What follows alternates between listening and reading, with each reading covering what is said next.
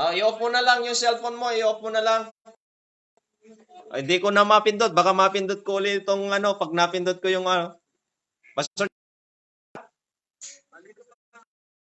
i-off mo na lang yung cellphone mo, i-off mo, i-con mo yung tawag mo, stop mo na lang. Para di ko na magalaw ito. O, naka-on na ba dyan? Meron na, ha? Meron na? Okay, okay, okay. Sige, thank you. Salamat. O, tuloy na tayo.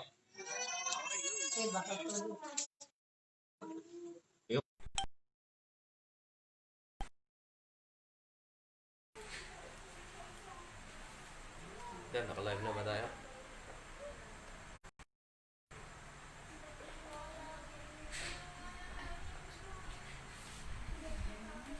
Live na tayo. Well, isang mapagpalang gabi po at ako po'y bumabati sa inyo na napaka biyaya ng Diyos sa gabi sa inyong lahat yan. Mula sa High Ground Baptist Mission, ako'y nagpapasalamat sa inyo mga kapatid sa binigay nyo nga pagkatumpong ito sa panguna ng ating Executive Director, Pastor Pio Tica, at ng ating Presidente, Pastor Rivel Tica, at maging mga nasa official po, at mga regional director po, at ang lahat po ng bumubuo po ng High Ground Baptist Mission po. Yun. Muli sa ating lahat, pasensya na kayo dahil sa mahina po ang connection po ng ating internet. Well, purinan dakilang pangalan ng ating Diyos, tayo muna po isang mandaling manalangin. Kapatid, let us pray. Italaga po natin sa Diyos ito para magbigay continuous ng power dito sa ating internet. Baka mawawala na naman. So, in the air, let's commit to God yung bagay na ito para sa Panginoon muli. Ayan, at tayo muna ay magpatuloy na po. Ayan, magpatuloy na po tayo para sa ganun ay mas maging maayos. Okay, tayo po ay mag-aral ng banal na kasulatan dito po sa aklat po ng Hosea, kapitulo 10, talatang 12 po. In the book of Hosea, chapter 10, verse number 12, mga kapatid, at sa lahat po ng okay, dito po sa aklat po ng Hosea mga kapatid, sa Hosea chapter 10 verse number 12 po.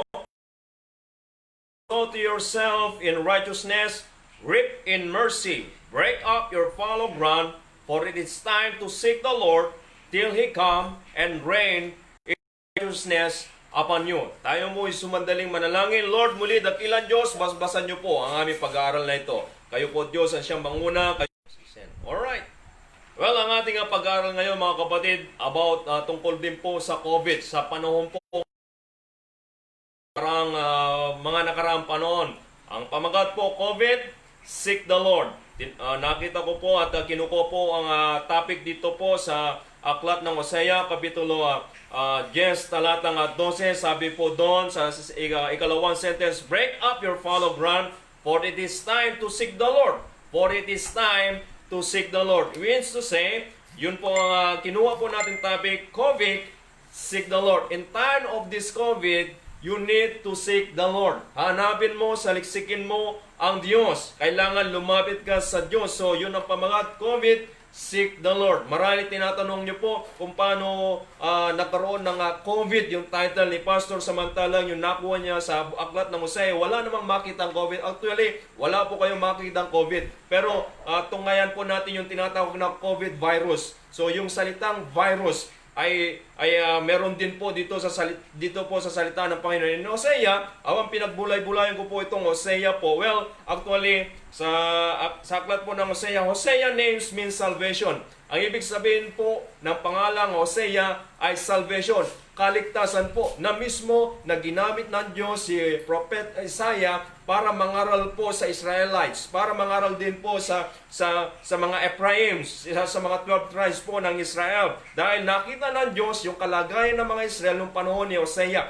Si Hosea ay nangaral po siya po ay isang prophet sa Northern Kingdom. Sa Northern Kingdom po, na kung paano po itong mga nasa Northern Kingdom sa lahi ng Ephraim ay nagkaroon po ng backsliding. Nagkaroon po ng pagtalikod po sa Panginoon. Nagkaroon din po sila ng virus. Kaya nga po, kapag ang isang tao ay tumalikod sa Panginoon, marahil kapitan po siya ng virus. Katulad po ng pangyayari po. Now, ang ating preaching idea is a time for God or a time to forget. A time for God or a time to forget. Pansinin niyo po ang preaching idea po natin. Oras para sa Panginoon o panahon para sa Panginoon or panahon or oras na makalimot sa Panginoon. A time for God or a time to forget. Alright? Hosea commanded to take a wife of whoredoms. Alright? Command ng Panginoon Diyos, inutos ng Panginoon Diyos kay Hosea, kay Propeta Hosea, na siya po ay kumuha ng kanyang asawa na isang whoredoms, na ibig sabihin po ay harlots, na ibig sabihin po bayarang babae po. Siyempre, napakasakit po pag ganun po ang iutos ng Panginoon na ikaw ay kukuha ng isang bayarang babae. Pero meron pong ibig sabihin kung bakit inutos ng Panginoon Diyos kay Propeta Hosea na kumuha ng kanyang asawa na isang harlot o bayarang babae po. It pictures the condition of Israel. Pinipicture po, pinapahayag po ng Diyos yung condition po ng Israel, katulad po ng isang harlot. Because they committing spiritual fornication and adultery. Gusto po at nais iparating ng Diyos sa mga taga-Israel na itong mga Israel ay they are actually committing spiritual fornication and adultery. Which means pakikiapid at pangangalunya po. Na ibig sabihin ito po ay isang tinatawag nating virus po. Isa pong tinatawag nating virus. Now, let me say these things. Alam nyo po na merong pinaka-worst na virus po sa buong mundong ito, sa sanglibutan ito. Meron pong pinaka-mas worst. Hindi po ang coronavirus. Hindi po ang maraming virus na nakalipas. Pero meron pong nakikita ko at nakikita din po ng mga mananampalataya, ng mga pastor, etong pinakamalala at pinakamasigit na virus. Walang ibang virus na ito kundi po ang tinatawag nating kasalanan. The virus, alright, the worst virus in the entire world is called sin. Kasalanan. S-I-N. Mas malala po ito kaysa coronavirus. Mas malala po ito kaysa Ebola virus. Mas malala po ito sa anumang klaseng virus. Sapagkat tungayan po natin ang coronavirus po. Alright? Oo, ang coronavirus po ay pumapatay ng physical na katawan. Pumapatay po ng physical na katawan, pero limited lang po ang kanyang kakapitan. Alright? Pero itong kasalanan, unlimited. Kundi itong kasalanan po ay talagang pumapatay na lahat ng tao. Okay? Pumapatay ng katawan at kaluluwa ng tao. Maraming pong itong virus, coronavirus, maraming kinakabitan. Of course, maraming kinapitan. Pero itong kasalanan, lahat ng tao ay kinapitan po. Lahat ng tao ay kinapitan po. Itong coronavirus ay merong hangganang kaparusahan sa physical na katawan. Pero ang kasalanan, physical na katawan at maging ang kaluluwa mo ay mapaparusahan po. Sapagkat mas higit po itong virus na kasalanan kaysa sa coronavirus po. Katulad po ng pangyari sa panahon ni Hosea. They are committed spiritual fornication and adultery. Pakikiapid at pangangalunya. Yan po rin ay isang tinatawag nating virus. Alright? A time for God or a time to forget. Yan ang preaching idea po natin. In the book of Hosea, dito po sa verse number 12, sow to yourself in righteousness. Sow to yourself in righteousness. And the Lord giveth them a chance. A chance para sa mga Israel. Binibigyan ng Diyos ng pagkakataon. Itong mga Israel, binibigyan ng Diyos ng pagkakataon o ng oras. Itong mga Israel para, number one, a time for realization. Para ma-realize po nila. Seek the Lord. Okay? The Lord give it time to them. The Lord give it them chance for Israel to realize themselves. Para ma-realize po nila ang kanilang sarili. Sabi po diyan sa verse number 12, sow to yourself in righteousness. Magtanim ka sa iyong sarili ng katuwiran. Take note. magtanim ka sa iyong sarili ng katuwiran, hindi ng katwiran. Sapagkat sa panahon po natin ngayon, at dami po nagtatanim ng katwiran. Nangangatwiran kahit mali, nangangatwiran pa rin. Katulad po ng bansang Israel. Sa panahon na isa sa mga 12 tribes, yung Ephraim. Alright? Yung mga Ephraim talagang nangangatwiran sila. Ayaw nilang banumbalik sa Diyos. Pero God is mercy. Sabi nga po dyan sow to yourself in righteousness, reap in mercy. Magtanim ka. Magtanim ka sa iyong sarili ng katuwiran at mag-ani ka ng kahabagan. Kahabagan galing sa Diyos. Because God is the author of mercy. God is a merciful and God is the author of righteousness. God is righteous. Kaya nais ng Diyos na itong mga Israel na panumbalikin sila. May tuwid ang kanilang buhay. To give them time, to give them chance that they realize for themselves para maging righteous po sila. Para maging maituwid po ang kanilang buhay. That because of the great mercy of God on them. Ganon din po sa panahon po natin. Sa panahon po natin ng COVID-19 po ito, marahil it is alarming for us to realize for this season of COVID-19. At dami po, no? Umabot po ng milyon na po, no? Tama ba? Umabot na po ng milyon ang tinamaan ng COVID-19. Well, it is alarming for us to realize, okay? To realize for this situation that we must realize that there is a God, God of righteousness, that there is a God, God of mercy.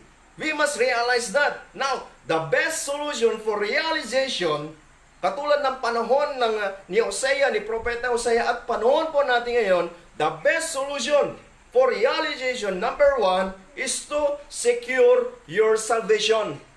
Kailangan sigurado mo ang iyong kaligtasan. You must make sure your salvation. Siguraduhin mo ang iyong kaligtasan. Nako, nakakaawa kapatid kapag ikaw ay nakapitan ng COVID-19 tapos tingin mo, na-realize mo sarili, hindi ka pala ligtas, mas mapahamak ang iyong kaluluwa, mas higit na makakamtan mo kaparusahan doon sa impyernong baba. Naghihintay ang impyerno Pero kapag ikaw ay mananampalataya, okay lang din po. Di ba? Sa langit, meron pong naghihintay po sa atin. Sa langit, meron Diyos na matuwid, na mahabagin, na naghihintay po sa atin. Kaya sa panahon pong ito, sa panahon po ng COVID-19, sa panahon ng pandemic na ito, we must realize ourselves if we are truly saved. Kung tayo po ay sigurado, garantisado na itong na tayo ay ligtas na po. Alright? Paano po maligtas ang tao, Pastor? Paano po maligtas? Well, ang kaligtasan ay base po sa pananampalataya. Yan ay dahil sa biyaya po ng Diyos. By biyaya po ng Diyos. Ayon po sa Ephesians chapter 2, verse number 8 and 9, for by grace are you saved through faith. Sa pamamagitan ng biyaya. And that not of yourselves, hindi sa pamamagitan ng iyong sarili. It is the gift of God. Ito ay regalo ng Diyos. Not of works, hindi sa pamamagitan ng mabuting gawa, lest any man should boast. Para walang mapaghihambog ang tao. So, ang kaligtasan ay base po sa pananampalataya sa pamamagitan ng biyaya ng Panginoon Diyos sa atin. Kaya ang kaligtasan po, well, paano nga maligtas? Una, kailangan mong umamin ng iyong ng iyong kasalanan. Sapagkat sinabi na po sa Biblia na lahat ng tao ay nagkasala. Lahat po ng tao ay nagkasala. Even David say on Psalms, right? In Salmo, sa Salmo po, na kahit nung siya ay nasa sinapapunan pa lang, ay makasalanan na po siya. Ang bata na nasa sinapapunan pa lang ay nakamtan na po ang makasalanan. Namana na po niya ang kasalanan. Pero, may kabutihan ng Diyos. Meron pong kahabagan ng Diyos. Inaalok niya ay yung kaligtasan. Kaya nga po, sa pagkatong ito, una, paano maligtas? Umamin ng kasalanan. Pangalawa, pagsisihan mo ang iyong kasalanan. Pagsisihan mo ang iyong kasalanan. Sapagkat tapat ang Diyos na magpatawad sa mga taong manumbalik at magsisisi ng kanyang kasalanan. Ayon po sa 1 John chapter 1, verse number 9. 1 John chapter 1 verse number 9, if we confess our sins, He is faithful and just to forgive us our sins and to cleanse us from all unrighteousness. Kita nyo po, pag ikay magsisisi ng iyong kasalanan, lilinisin ka ng Panginoon Diyos. Kaya nga po, wala pong maipagmalaki ang tao na siya ay mabuti. Kahit napakabuti mo kung ikay nagkasala. Kahit napakabuti mo kung ikay makasalanan. Kahit napakabuti mo kung ang kaluluwan mo naman ay patungong impyerno. Napakasaklap ang pangyayari po. Napakasaklap po ang naghihintay po sa ganyan. Kaya aminin mo ang iyong pagkakasala. Pangalawa, pagsisihan mo ang iyong kasalanan. Then pangatlo, receive Jesus Christ as your Lord and personal Savior. Walang ibang takapagligtas po kundi ang Panginoong Jesucristo lamang. Walang ibang daan na nagbibigay po sa atin. Walang ibang namatay sa krus ng Kalbaryo kundi si Jesucristo lamang po. Para pagbayaran niya ang lahat ng pagkakasala po natin. Take note in Romans chapter 6 verse number 20, for the wages of sin is death. Kita niyo po, ang kabayaran ng kasalanan ay kamatayan. Si Kristo na po ang nagbayad na po. But the gift of God is eternal life through Jesus Christ. Kaya ipinibigay ng Panginoong Diyos ay yung buhay na walang hanggan sa pamamagitan ng pananampalataya mo po sa Panginoong Jesucristo. Kaya nga hindi rin po ako naniniwala na lahat ng tao dito sa ibabaw ng mundo ay anak ng Diyos. Dalawang klase ng tao dito sa ibabaw ng mundo. Anak ng Diablo or anak ng Diyos. Kaya nga ngayon, see to it. You must realize if you are in the family of God or if you are in the family of Satan. If you are in the family of Satan, tiyak po na naghihintay po ang impyerno. At sinabi po sa Revelation chapter 20 verse number 14 and 15 doon na ang impyerno po, no? Sabi nga po doon na ang sino mang hindi masupungan ng kanyang pangalan sa aklat ng buhay ay itatapon sa dagat-dagatang apoy. Kaya yung impyerno ay ililipat pa sa dagat-dagatang apoy. Mas matindi po yun. Kaya nga sa pagkatong ito, you must realize and secure your salvation. Secure or make sure your salvation. Pinakamainam po at pinakamasarap sa buhay po natin ngayon, habang narito tayo sa ibabaw ng mundo. Kung ikaw ay hindi pa nakakilala sa Panginoon, hindi pa tumanggap sa Panginoon bilang Panginoon at pagligtas ng iyong buhay, i-realize mo na po ngayon. Recognize the Lord Jesus Christ and accept Him as your Lord and personal Savior. Sapagkat siya po ang tanging daan. Siya po ang buhay. I am the way, the truth, and the life. No one cometh unto my Father but by me. Sabi nga po kaya nga po, kasiguraduhan na dapat sigurado mo at garantisado mo ang iyong kaligtasan. The best solution for this realization of for this season of COVID ay matiyak mo na ikay patungong langit. Kung sakali mabayuhan ka ng buhay, natitiyak mo ba patungo kang langit? Well, salamat po sa lahat na nakatiyak na po. Purihin na ng Panginoon.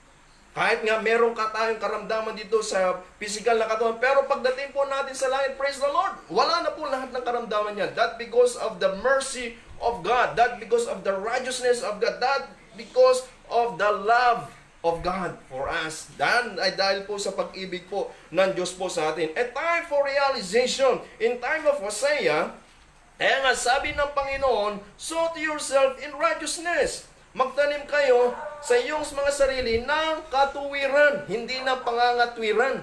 Etong mga Israel, etong mga Ephraim, talagang nangangatwiran. Ayaw pa nila manumbalik sa Panginoon Diyos. Well, wala nga po talagang naging mabuti po sa Northern Kingdom. At meron po mga hari sa Northern Kingdom na talagang hindi nanumbalik sa Panginoon. Pero sa Southern Kingdom po, sa Judah, ay meron pong mga naligtas, meron pong mga hari na natitirang mga mabubuti po. Alright? At salamat sa Panginoon sapagkat napakabuti po ng presidente po natin ngayon. Ginagawa lahat ng kanyang kaya, lahat ng kanyang tungkulin para lang po. Alright? Para lang po na tayo ay mabiyayan at matustusan pa ang ating mga pangangailangan. Napakabuti rin po ng ating presidente po. Well, a time for realization. A time for God or a time to for God. Panahon mo para sa Panginoon, oras mo para sa Panginoon, or oras ng pagkalimot mo sa Panginoon. Napakasaklap, di ba? The best solution for realization, number 1, is to secure your salvation. Pangalawa, to settle your spiritual condition. Kailangan ma-settle mo po yung spiritual condition po. Tanong po natin sa iyo ngayon, kumusta po ang spiritual condition mo? Kundi kumusta po ang condition ng spirito mo po ngayon? Marahil, kaya nga po, may purpose po ang Panginoon kung bakit tayo dumadanas ng COVID-19, kung bakit meron tayong ECQ. At meron tayong GCQ, meron pa tayong modified ECQ, modified GCQ. Nasa quarantine pa rin po. Kaya nga, panahon o purpose po, at alam ko, purpose din po ng Diyos na tayo ma-quarantine para gamitin po natin ang mga oras natin para sa Panginoon. It is time to seek the Lord. It is time to sow yourself in righteousness that we reap in mercy. Para tayo magtamo po ng kahabagan po ng Diyos. It is better to settle your spiritual condition right now, not tomorrow, but now. It is better to realize and to settle your spiritual condition. Well, marami talaga sa mga mananampalataya na humihina ang kanilang pananampalataya. Marami talaga sa mga mananampalataya na habang naka-quarantine ay nalilimutan ng Panginoon. At salamat din po sa mga nagkaroon ng COVID at doon napalapit sila sa Panginoon at doon sila nagpapasalamat sa Panginoon at doon sila lalong nakita nila, okay? Lalong naramdaman nila yung pagmamahal ng Diyos sa kanila. Kaya sila po ay gumaling sa COVID-19. Well, tayo mga mananampalataya, we must need to settle our spiritual condition. I-settle po natin yung spiritual condition po natin. Kung yan po ay mahina, kailangan mo pong palakasin. Kung yan po ay mababa, kailangan mo pa pong palakasin. Katulad po, sinabi ng Panginoon Jesucristo sa kanyang mga disipulo, ye are little of faith, lalo na nung panahon na sila po ay nasa karagatan, right? Na ang Panginoon Jesucristo ay natutulog sa bangka o sa barko o sa bangka. At ang kanyang mga disipulo ay talagang nung nagkaroon po ng tempest storm, nung nagkaroon po ng aligdundong o kidlat ng alon sa dagat na halos mahampas, na halos po magudwa o mahati po yung barko o yung bangka na sinakyan nila. At doon po nagkaroon po sila ng fear, ng takot na baka sila ay mamatay na. Kaya ang ginawa nila, salamat sa Panginoon, alam nila ang kanilang ginawa. Lumapit sila sa Panginoon, ginising nila ang Panginoon. At nung ginising nila ang Panginoon, tumayo ang Panginoon, pinakalma ang hangin, pinakalma ang napakalakas na alon, pinakalma ang bagyo. Kaya tanong nila, kita mo ang taong ito, maging ang hangin, maging ang ulan, maging ang alon, sumunod sa Kanya. Well, pinapakita lang po ng Diyos na nasa Kanyang kapangyarihan, nasa Kanyang mga kamay, na Siya ay tunay na Diyos. Ang Panginoong Jesucristo, tunay po na Diyos po yan. Alright? At naniniwala po tayo po dyan. Kaya nga, we must realize that to secure our salvation, to settle our spiritual condition, and thirdly, we must realize to seeking God's ambition. Ito din po ang maganda po dun Ma-realize mo sa sarili no, ano ba ambisyon ng Diyos sa atin? Hindi yung ambition mo kundi ambisyon ng Diyos sa iyo. Kung yung gusto ng Diyos, yung will ng Diyos, yung perfect will ng Dos sa iyo. Ang gusto po ng Diyos sa isang mananampalataya ay magkaroon po ng kabanalang pamumuhay. Be ye holy for I am holy, sabi niya sa 1 Peter. Kayo'y magpakabanal sapagat ako'y banal. Yan ay kalooban na po ng Diyos. Kayo'y magpakatuwid sapagat ako'y tuwid. Yan ay kalooban po ng Diyos. At sa panahon ni Hosea, ni Prophet Isaiah, sabi niya, sow to yourself in righteousness, sapagat ang Diyos ay righteous. God is the author of righteous, not unrighteous. Kaya nga, magtanim ka sa iyong sarili ng katuwiran, hindi ng pangangatwiran, hindi ng katwiran. At tao, at daming katwiran. Alam niyo po ba, pag ikaw ay nasa harapan ng Diyos, hindi ka pwedeng mangatwiran sa Kanya? O wala pwedeng i-excuse. Excuse muna po. Excuse muna, Panginoon. Pwede po ba ipagpalibang ko muna yung panalangin? Hindi po pwede po yun. Once na ikaw ay kinombiks ng banal na espiritu, you must do the spiritual concern. You must settle your spiritual condition and seeking God's ambition. Hangarin. Ano po ba hangarin nyo sa buhay nyo? Salamat po sa mga kapastoran, sa mga kapwa ko manggagawa na kahit bagay sila naka-COVID, naka-quarantine. I should say, naka-quarantine po. Hindi po naka-COVID ko din. Naka-quarantine po sila. Habang sila naka-quarantine, meron po nangangaral through FB Live. At meron din po nag-witness dyan. Ginagamit nila ang cellphone nila. Right? Karamihan, ginagawa din po ng mga lingkod ng Panginoon Diyos. Pero kayo, mga members, ginagawa nyo rin po ba yan? Kayong mga young people, ginagawa nyo rin pa rin po ba yan? what is God's ambition in times of this o pandemic? Ano pong ambition ng Diyos, alright? To reach the lost. Okay? Para ibahagi ang salita ng Panginoon through text. Hindi yung text ay gamitin lang sa pang-text no kung ano. Right? Gamitin nyo rin po. Kaya kayo meron cellphone, may purpose ang Diyos kung bakit kayo may cellphone at kung bakit kayo may internet para gamitin nyo pag mag-soul winning sa mga hindi mananampalataya. Sa mga kaibigan nyo, mga malalapit sa iyo. And that is the one of the ambition of God. Yan ang nais at will ng Diyos mo sa atin habang tayo po naka-quarantine. Well, a time for realization, a time for God, or a time to forget. Paano ba na malimutan mo ito? Etong panong ito, a time of realization. Ma-realize mo sa sarili mo. Kaya the best solution for realization is number 1, secure your salvation, settle your spiritual condition, and thirdly, seeking God's ambition. Alright? Hangarin o mithin yung kagustuhan, yung will ng Panginoon Diyos sa iyong buhay. At alam ko naman po, at nakakatiyak po tayo, na ang kalooban ng Diyos o will ng Diyos ay para sa kabutihan mo. Alright? Para sa kabutihan, para sa kakaayos ng iyong buhay. Hindi yung Diyos na pinabayaan, no. Hanggat siya po ay nahabag sa iyo, hanggat po siya ay nagmamahal sa iyo, may habag pa siya sa iyo. Kaya it is time, sabi nga ng Panginoon Diyos dito sa mga Israel, dito sa mga Ephraims, sa Ephraimites, sow yourself in righteousness, reap in mercy. Pangalawa, COVID, seek the Lord. A time for God or a time to forget. Number 1, a time for realization. It is alarm for us to realize. To realize. Alright? Pangalawa, a time for repentance. A time for repentance. In verse number 12, doon po sa pangalawang sentence, sabi po doon, break up your fallow ground. Break up your fallow ground. Bungkalin mo ang tigang na lupa. Bungkalin mo yung matigas na lupa. Bungkalin mo. Anong tawag doon sa pagbungkal? Sa Tagalog? Sa Ilocano? Bungkalin mo. Kumuha ka ng bareta para mabungkal mo po yan. Nang ibig sabihin po ng Panginoon, this is a time to recall you, to awaken you, to repent. A time for repentance. And God's given chance sa mga Israel that they must repent to the Lord. Magsisisi sa kanilang kasalanan. Why? Sapagkat nakita po ng Diyos ang kasalanan ng mga Israelites noong panahon ni Hosea. Dito po sa verse number 1, makita po natin ang kasalanan nila sa chapter 10 verse number 1. Israel is an empty vine. He bringeth forth fruit unto himself according to the multitudes of his fruit. He had increased the altars according to the goodness of his land. They have made goodly images. Pinaparami pa po nila ang altar. At, kita nyo po, yun ay tinatawag na selfish. Selfish. Makasarili.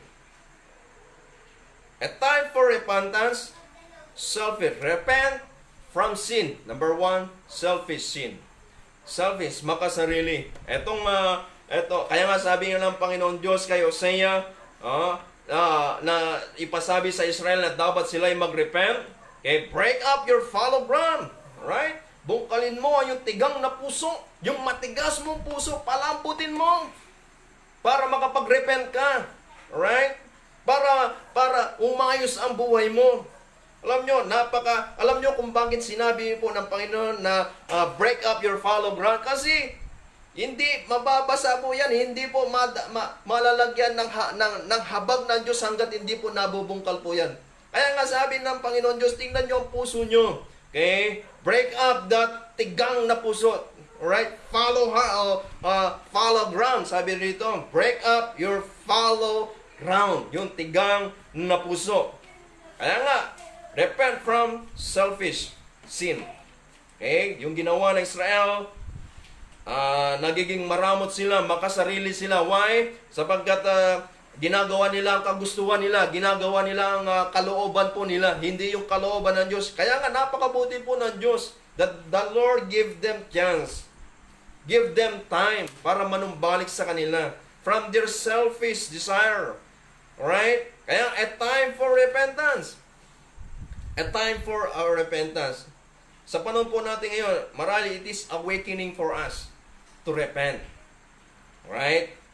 Awakening for us to repent. Magsisi sa ating mga kasalanan. Alam niyo po, sabi po sa banal na kasulatan, alam mong mabuti na hindi mo ginawa ay nagkasala ka na. Ayon rin po sa Roma na alam mong pananampalataya na hindi ka sumampalataya ay nagkasala ka na. Doon pa lang, pwede na po tayo magkasala. At salamat sa Panginoon sapagkat meron po kapatawaran. Kapag tapat na nagsisisi ka ng iyong kasalanan.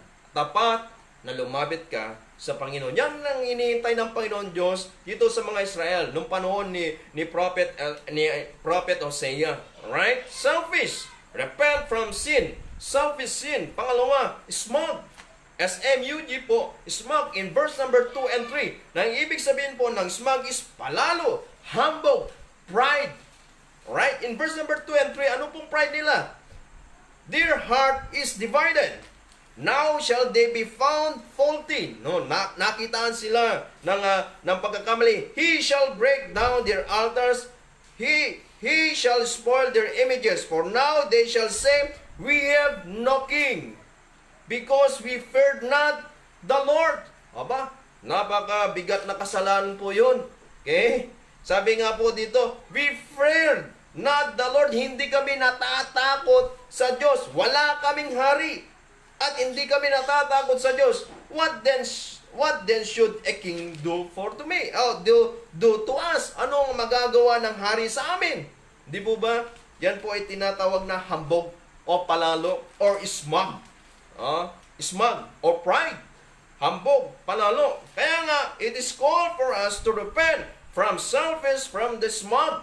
Kaya nga, itong verse number 12, napakahalaga din po na sinasabi ng Diyos sa mga Israel kay Propeta Hosea, break up your fallow ground. Bungkalin mo ang iyong matigang na puso. Bungkalin mo yung matigang na lupa para maambunan, para magkaroon ng ulan at mabasa ng habag ng Diyos. Alam niyo po, pag ikaw ay may kasalanan, alright? Pag ikaw ay may kasalanan, talagang madadala mo yan. Kahit sa pagtulog, talagang hindi ka makakatulog kung ikaw ay tunay na Kristiyano. Naalala ko po, yung sinabi po ni Pastor Pio, at narinig ko din kay Pastor Nim, at narinig ko din po sa mga ibang preacher nung ako po ay nasa Bible School student. Sabi nga po noon okay, yung sabi nila, you can choose to sin. You can choose to sin, but you cannot choose the consequences of sin.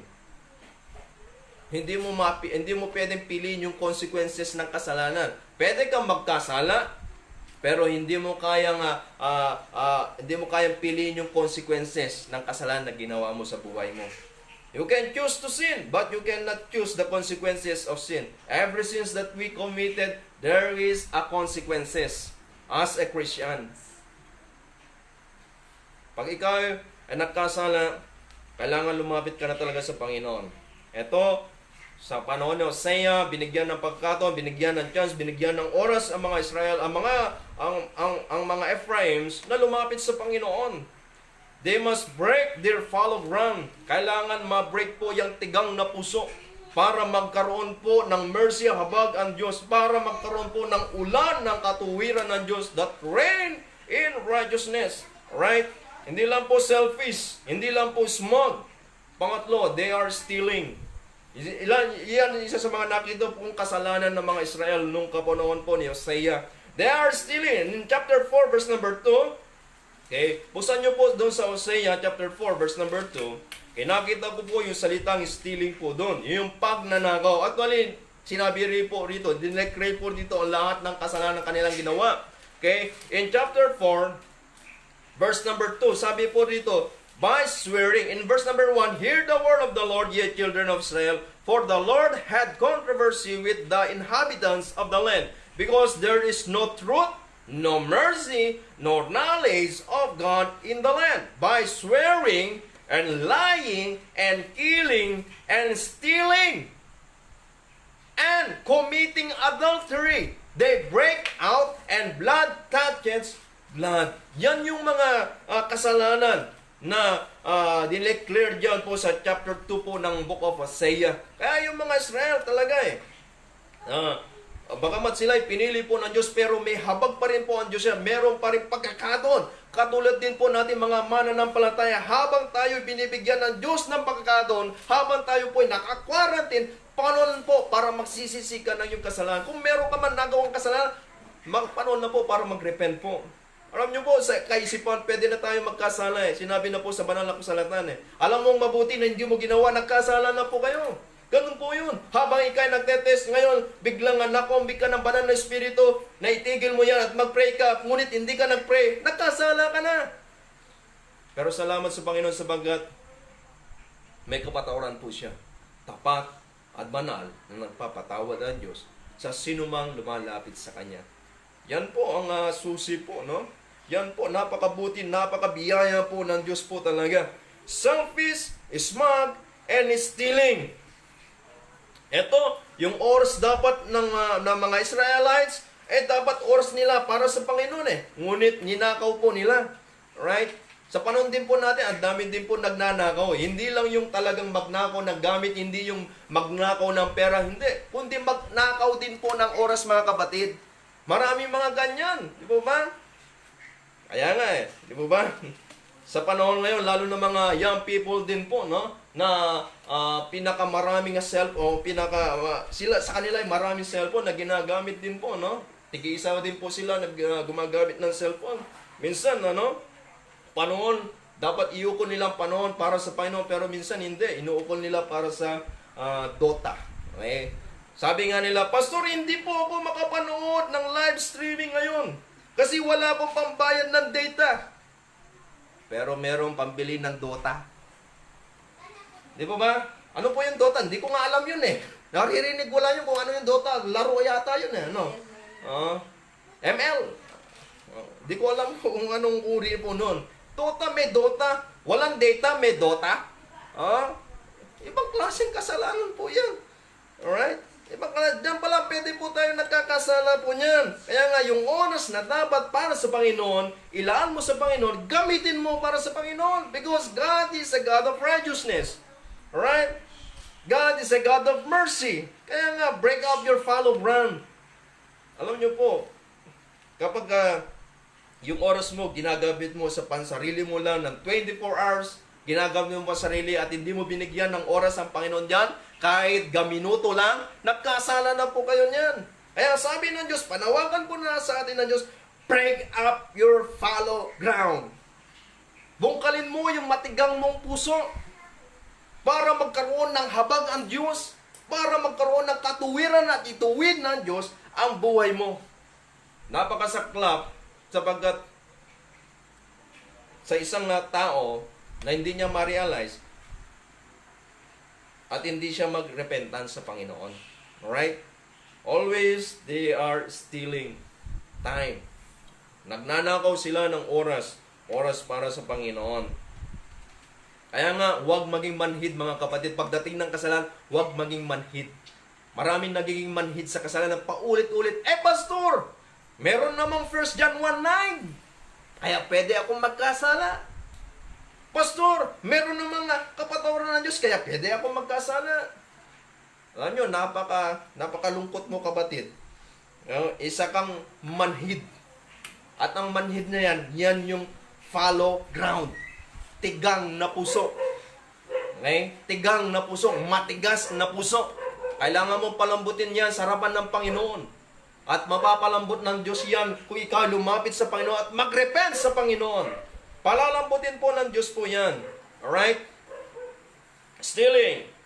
Then thirdly, a time for God or a time to forget. Number 1, a time for realization, a time for repentance. Then thirdly, a time to return. A time to return. Panahon para manumbalik sa Diyos. Marahil kung bakit merong pandemic ngayon, panahon po para manumbalik sa Diyos. Panahon po para ma-realize ng mga tao na meron pong Diyos na magigit na mas nakakaalam po ng kasagutan ng problema ng mga tao. Yung problema, yung solution, naghahanap sila ng solution ngayon ng gamot patungkol sa COVID. At dami nga po sumasaliksik mga scientists, right?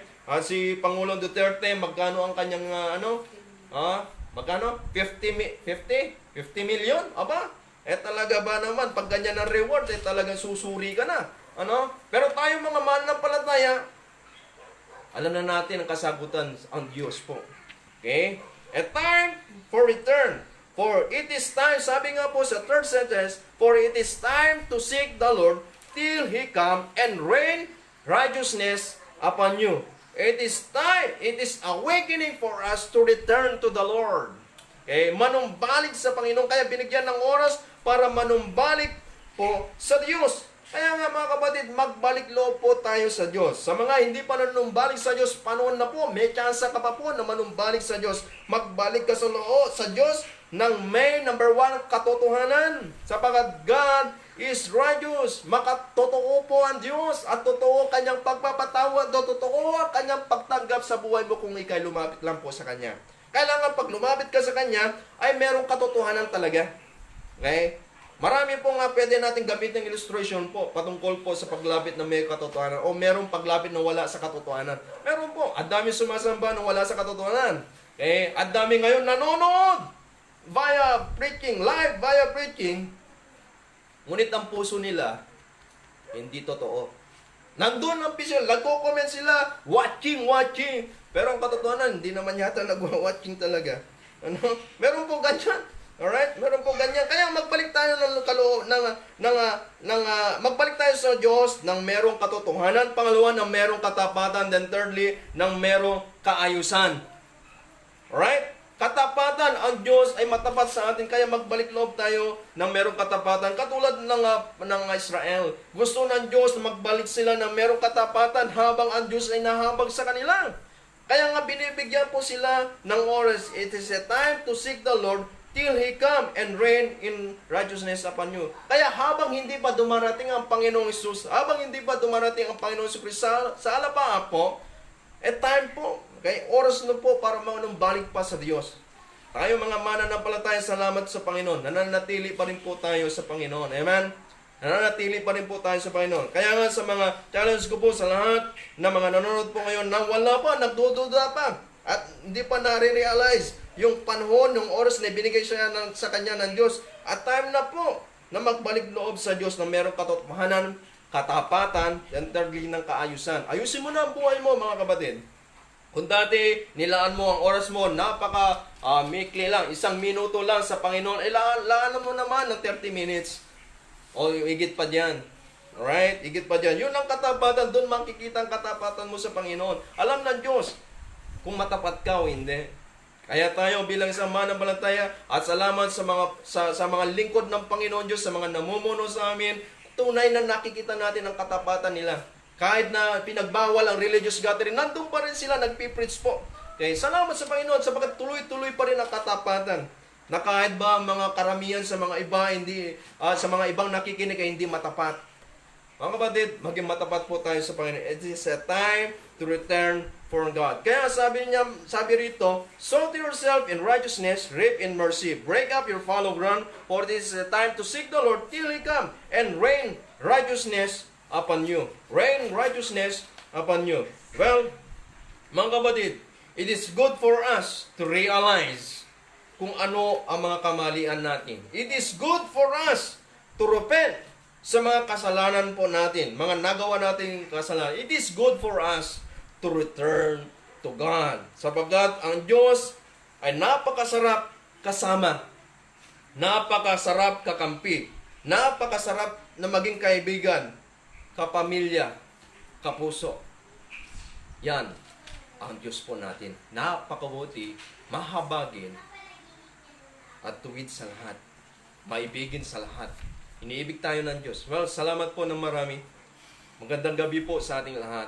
Tayo po'y sumandaling manalangin. O dakilang Diyos, salamat po sa pagkatong ito sa iyong salita na ibinahagi niyo po sa amin. Salamat din po sa mga nanonood ngayon. Salamat din po sa mga kapatiran sa family ng High Ground Baptist Missions, mga members, mga pastors. Lord, salamat po na marami. Maging sa mga kapulungan na narito, Panginoon Diyos. Lord, salamat sa iyong salita. Nagbibigay liwanag po sa amin. Lord, dalayan ko nga po, patuloy po kayong magligtas sa panahon nito. Lalo po, Panginoon, sa panahon ng COVID, habang ang mga iba ay naka-quarantine at ang mga iba din po ay pwede nang lumabas dahil sa GCQ. Lord, dalayan ko po, Ama, na gamitin nyo rin po kami, mga lingkod nyo, na bilang isang instrumento para ipahayag ang iyong salita, para ipahayag ang pagkamatay, pagkabuhay ng Panginoong Jesucristo, para ipahayag ang totoong kaligtasan sa kanila. Kaya Lord, salamat po ng marami. Salamat po, Panginoon, sa We Preach One. Salamat po sa namumuno po sa amin, kay Pastor Pio Tiga, at maging kay Pastor Ruel Tiga, at ang buong sambahayan ng High Ground Baptist Missions, mga regional directors, at maging Panginoon ang mga lingkod po ninyo. Sa mga members, Panginoon, salamat din po na marami. Ito po, binabalik po namin kapurihan pasalamat, tumis pangalan ng Panginoong Isus. Amen. At amen. Well, mga kapatid, meron pong magbigay ng tanging bilang lang po sa inyo.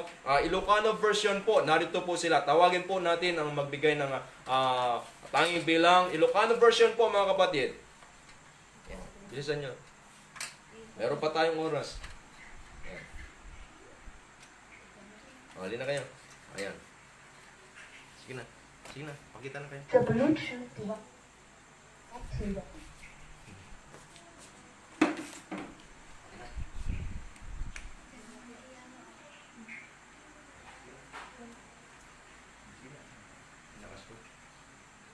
Bumati muna kayo. Magandang gabi po. Ang title po ng aming kakantahin ay Tiima Na. Sa Tagalog.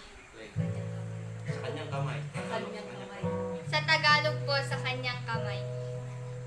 Noong ay di pa nagkapoy, bayat pan panagdan. Tigit kayo. Tigit. Tigas kanya kanalupoy, sinuti papanak. Ngayon ko na ni Jesus kanyak, isudalan po no kendan. Ket isu iti mangkibin, tapno sa anak maitubla. Tiima na, pagtapayain na. Tiima na, idaldalan na. Tumpeng manriga tibyan, sa anak doon nga ganang. Taamok nga ni Jesus, isod kaduwang. Aduman itilapet, nga inak masarangit. Dalan aduti sisiit, sino iti kaptek. Yan ko na ni Jesus kanyak, agano sa aguluyak. Ket tinakto panawan, tinakto baybayan.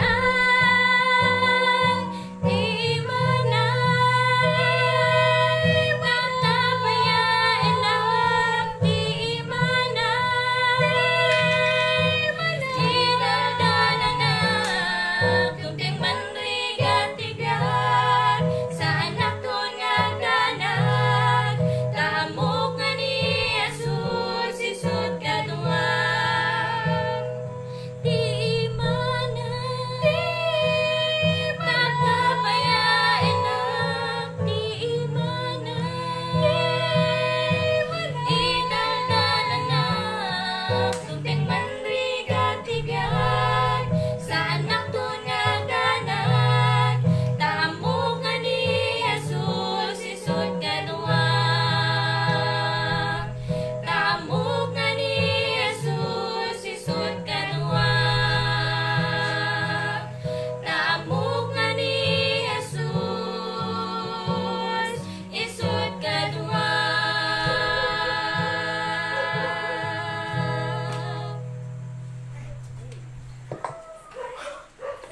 Well, to God be the glory po. Salamat po ng The marami. Bluetooth device is ready to pair.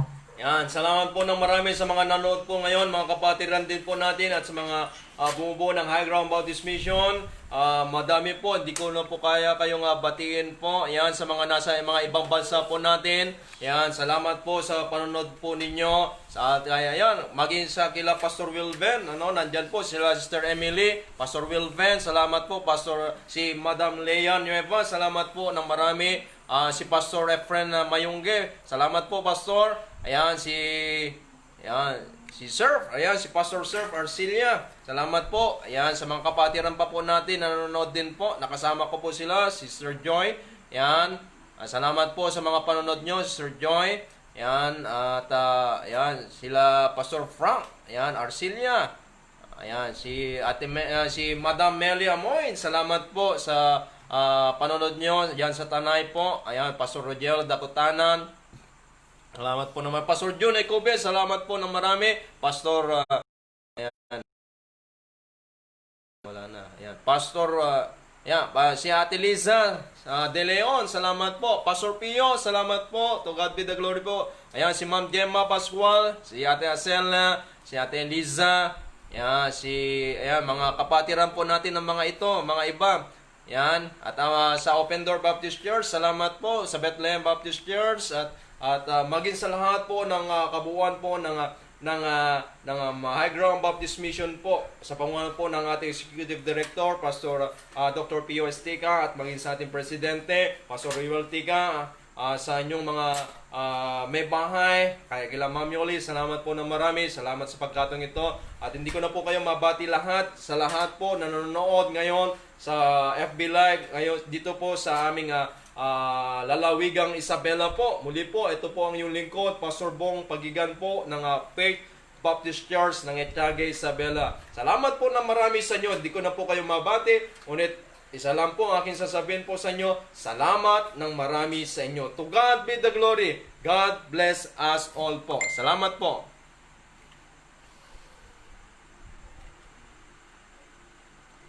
Ayan, gandang sinabi. Pastor Pio, ayan. Ang galing ng mga graduates ng High Ground Bible College. Enroll na kayo. Learn methods of Bible study. Theology and registration. Wow, amen. Ayan, at dami. Ayan, ano? Ayan. Ayan, salamat po ng marami. To God be the glory. Pasado na po. Thank you po.